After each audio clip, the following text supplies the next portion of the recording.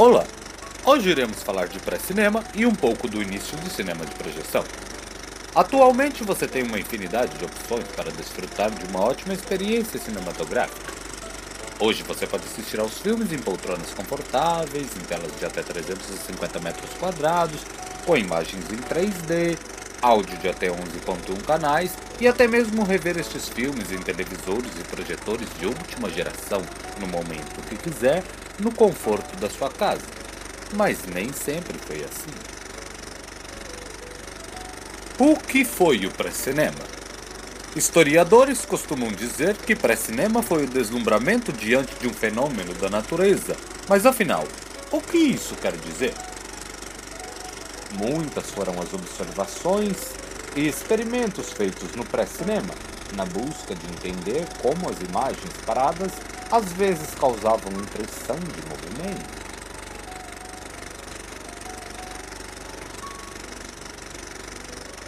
Olhe fixamente para essa imagem durante 30 segundos.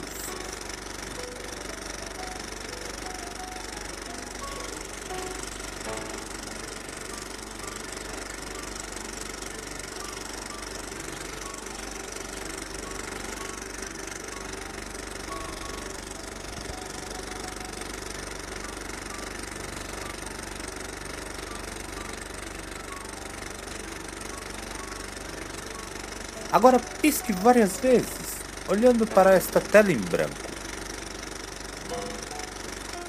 Bruxaria? Magia? Não, apenas a persistência de uma imagem na retina, mas tente convencer aqueles quadradões céticos de que a Terra é redonda. O movimento beta... Não. Não tem nada a ver com esse movimento, nem esse beta aí, não. O movimento beta é um fenômeno de ilusão onde o cérebro, ao se deparar com duas imagens intercaladas em um espaço e tempo próximo uma da outra, causa a impressão de que as duas imagens, na verdade, correspondem a apenas uma imagem em movimento linear. O efeito Pi... Não tem nada a ver com o número pi. O movimento Pi é o fenômeno pelo qual sentimos movimento entre duas imagens distintas intercaladas sequencialmente. Ah, mas tudo começou a ficar mais interessante com a criação do Taumaturgo. É isso mesmo. Recorte um círculo perfeito em uma cartolina. Agora, de um lado, desenhe um passarinho. E do outro, uma gaiola vazia. Ok. Imagine que isso que eu desenhei seja um pássaro e uma gaiola vazia. Se não gostou, estou aceitando doações para fazer aulas de desenho. Continuando. Faça um pequeno furo à direita e à esquerda do círculo, próximo às extremidades. Agora, amarre uma pequena tira de barbante em cada um dos lados. Pronto. Você criou um taumaturgo. Esticando os cordões e movimentando-os de modo que o disco rotacione rapidamente, observamos a ilusão de que o pássaro livre e a gaiola vazia se tornam uma única imagem, onde o pássaro está preso na gaiola. Quero meu advogado! Outro invento que brinca com a ilusão entre imagens em sequência é o zootrópio. O zootrópio, ou roda da vida, foi criado pelo relojoeiro inglês William Horner por volta do ano de 1874 e consistia de um tambor giratório com frestas em toda a sua circunferência, onde em seu interior montavam-se sequências de imagens produzidas em tiras de papel, de modo que cada imagem estivesse posicionada do lado oposto a uma fresta. Ao girar o tambor, olhando através das aberturas, se tem a impressão de movimento entre as imagens. Vários outros inventos surgiram com o passar do tempo, como o praxinoscópio, que trocava as frestas do zootrópio por espelhos, e o zoopraxinoscópio, que pela primeira vez realizou a fotografia em série de um objeto em movimento, no caso, um cavalo, que ao correr rompia fios que disparavam 24 máquinas fotográficas em sequência que puderam registrar em fotogramas os movimentos do animal, para posteriormente reproduzi-lo em projeção. Logo depois apareceu o mutoscópio, onde cartões com sequência de imagens eram exibidos sequencialmente ao observador, causando efeito de movimento. O cinetoscópio de Thomas Edison foi o precursor da máquina de filmar. Criado em 1888, destinava-se a registrar imagens reais em movimento que podiam ser observadas através de um orifício em um caixote de madeira. Mas foi em 1895 que ocorre a grande revolução com a criação do cinematógrafo. O cinematógrafo, inventado por Leon Bowley em 1895, foi um aperfeiçoamento do cinetoscópio de Thomas Edison e permitia registrar uma série de retratos instantâneos que podiam ser projetados sequencialmente sobre uma tela ou parede, dando ilusão de movimento. Mas Bowley perdeu a patente para os irmãos Lumière, que acabaram ficando reconhecidos como os criadores do cinema, embora a história tenha sido na realidade um pouco diferente. Mas deixemos o passado em paz. O importante é que em dezembro de 1895, os irmãos Lumière pela primeira vez realizam uma projeção de filme em tela ao público de um café parisiense.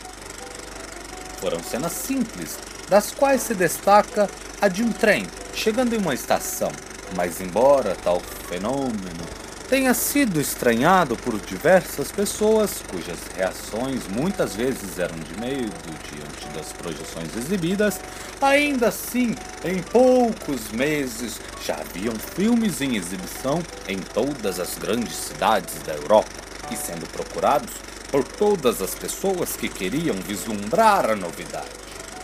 Os primeiros filmes projetados ao público não tinham som.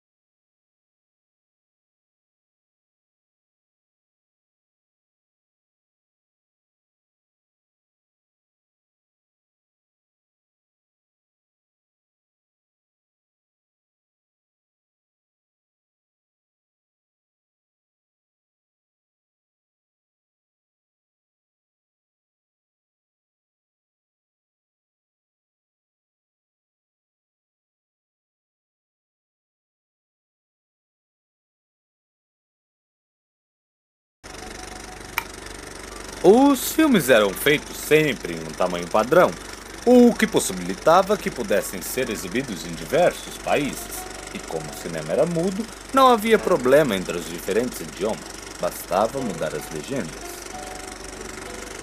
Conta-se que entre as pessoas que admiravam a primeira exibição dos irmãos Lumière estava o então ilusionista Georges Méliès, que após se encantar com o cinema, passou a produzir filmes no quais seus conhecimentos do ilusionismo alavancaram grandes inovações nas narrativas, sendo considerado por muitos como o pai dos efeitos especiais.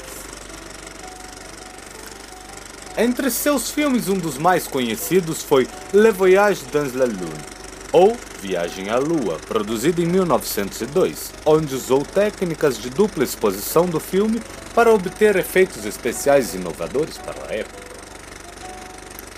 Mas foi o diretor norte-americano Edwin Porter que fez o primeiro filme usando as técnicas cinematográficas atuais de contar uma história.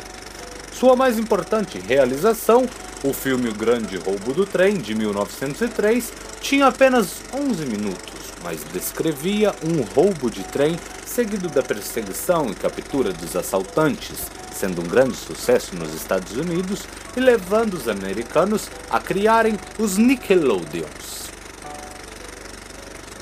Os Nickelodeons, cujo nome vinha do preço do ingresso, que era de um níquel, 5 centavos de dólar, e da palavra grega Odeon, que significa teatro, foram os primeiros cinemas públicos frequentados em sua maioria por trabalhadores e imigrantes que não sabiam ler ou escrever. No início da primeira década do século XX, a maioria dos filmes americanos era feita em Nova York, mas logo passaram a ser feitos em Los Angeles, onde o clima e a natureza eram mais favoráveis para a produção de filmes.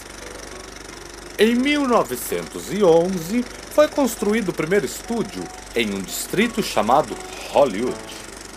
Aos poucos, outros estúdios foram aparecendo e a cidade passou a ficar conhecida como a capital mundial do cinema.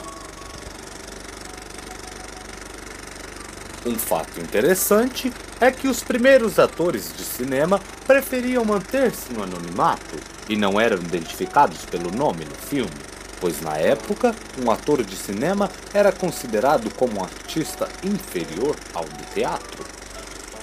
Apenas quando a famosa estrela teatral Sarah Bernhardt deu o ar da graça em um filme é que a atuação do cinema passou a ser respeitada. Foi nesta época que grandes nomes do cinema mudo como Charlie Chaplin, Buster Keaton, Ted Barra, Rodolfo Valentino fizeram história e fama. A partir de então, o cinema caminhou cada vez mais a passos largos, lado a lado com as últimas novidades tecnológicas, trazendo som, sincronismo e cada vez mais nitidez e realismo às imagens fantásticas criadas pelas mentes insanas dos roteiristas e diretores, onde realidade e ficção se confundem em mundos imaginários cada vez mais detalhados. Mas isto já é outra história. Até a próxima.